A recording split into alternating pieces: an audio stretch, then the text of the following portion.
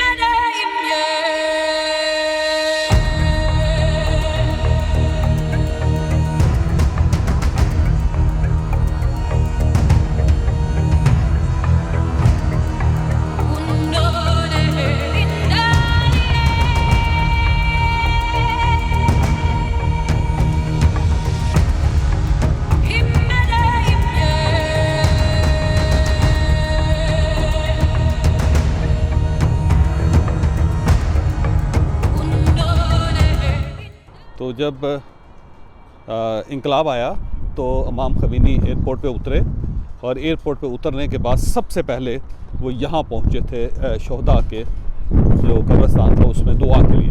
पहली तकरीर भी उन्होंने यहाँ पे आके की थी और यहीं पे उन्होंने तो जो उनके घर में तस्वीर थे उसमें मैंने आपको दिखाया भी था कि वो कैसे यहाँ पे पहुँचे। और फिर इसीलिए वो शहदा के दरमियान उन्होंने दफन पसंद किया और उनकी वसीयत के मुताबिक उन्हें फिर इस कब्रिस्तान के करीब दफन किया गया। और यहाँ पे फिर इनका बहुत बड़ा श्राइन बना, बहुत बड़ा मकबरा बना और प्रॉपर ईरानी स्टाइल में ही है मकबरा है। अंदर से जब आप देखेंगे तो बहुत बड़ा हाल है और उसके अंदर बाज़ औक़ात लाख लोग जमा हो जाते हैं, तकरीबात होती हैं।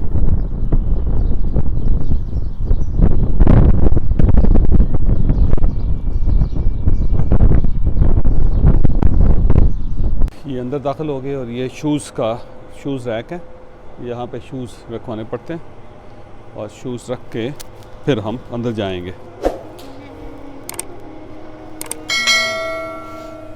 ये हो गया और हमने शूज़ दे दिए इनको। ये हमने शूज़ दे दिए इनको और उसके बाद फिर अब अंदर जाएंगे। जब हम वहाँ से सिक्योरिटी को क्रॉस करके निकले तो उसके बाद ये एक हाल है और इसका ऊपर गुंबद है। गुंबद बड़ा खूबसूरत है इसका और प्योर ईरानी स्टाइल में बना हुआ है। और उसके बाद फिर ये पहला हाल है और यहाँ से अंदर फिर दाखिल होते हैं नीचे।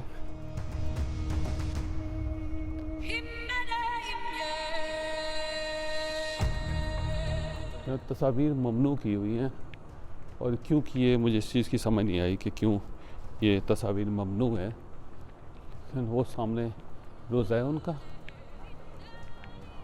और रोज़ा है वो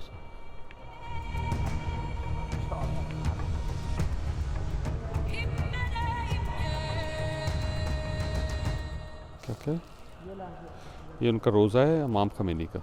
यहाँ पे बल्कि ये जो इमाम ख़मैनी का मज़ार है यहाँ पे दाइश एक बार दाखिल हो गई थी और उससे बहुत लोगों को कत्ल भी किया। ये आप इसका छत देखें और बहुत वसी है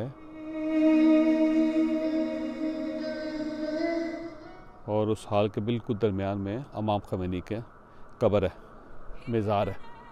तो इससे आप मज़ार का अंदाज़ा कर सकते हैं।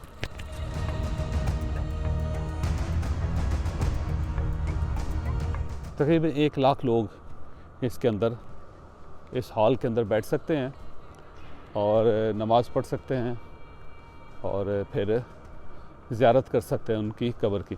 तो इमाम ख़मीनी की कब्र जो है या मज़ार है उसको बहुत बड़ा बनाया इन्होंने। और साथ ये मेरा ख्याल है दूसरे शायद बैठने की जगह है, वो देखें सामने लोग खुतबे के लिए बैठे हुए हैं, अंदर कुर्सियाँ भी लगी हुई हैं।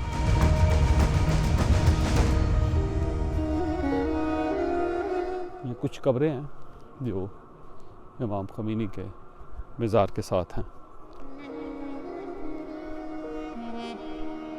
ये गार्ड्स की तब्दीली हो रही है सामने, यहाँ पे गार्ड्स को भी तब्दील किया जाता है, बाकायदा सलामी पेश की जाती है। ये इमाम ख़मीनी की अहलिया है और उनकी कब्र है उनके साथ, बिल्कुल साथ। और फिर साथ इनके ये उनके कोई और, ये कौन है हुसैन साहब? उनके करीबी दोस्त हैं और ये उनकी कब्र है उसके साथ। आयतुल्लाह तबातबाई, और इनकी बहुत सारी तहरीरें भी बहुत मशहूर हैं। और मैं जब कॉलेज में था तो उस वक्त मैं इनकी तहरीरें पढ़ता होता था। फिर ये आयतुल्लाह तवस्सली, ये इमाम के दोस्त थे आयतुल्लाह तवस्सली, और ये इमाम के बड़े दोस्त भी थे और उन्होंने इनकलाब में बहुत अहम किरदार अदा किया था। ये इमाम के दामाद थे डॉक्टर बरोजर्दी साहब, और ये उनके दामाद हैं। ये उनकी कब्र है यहाँ पे।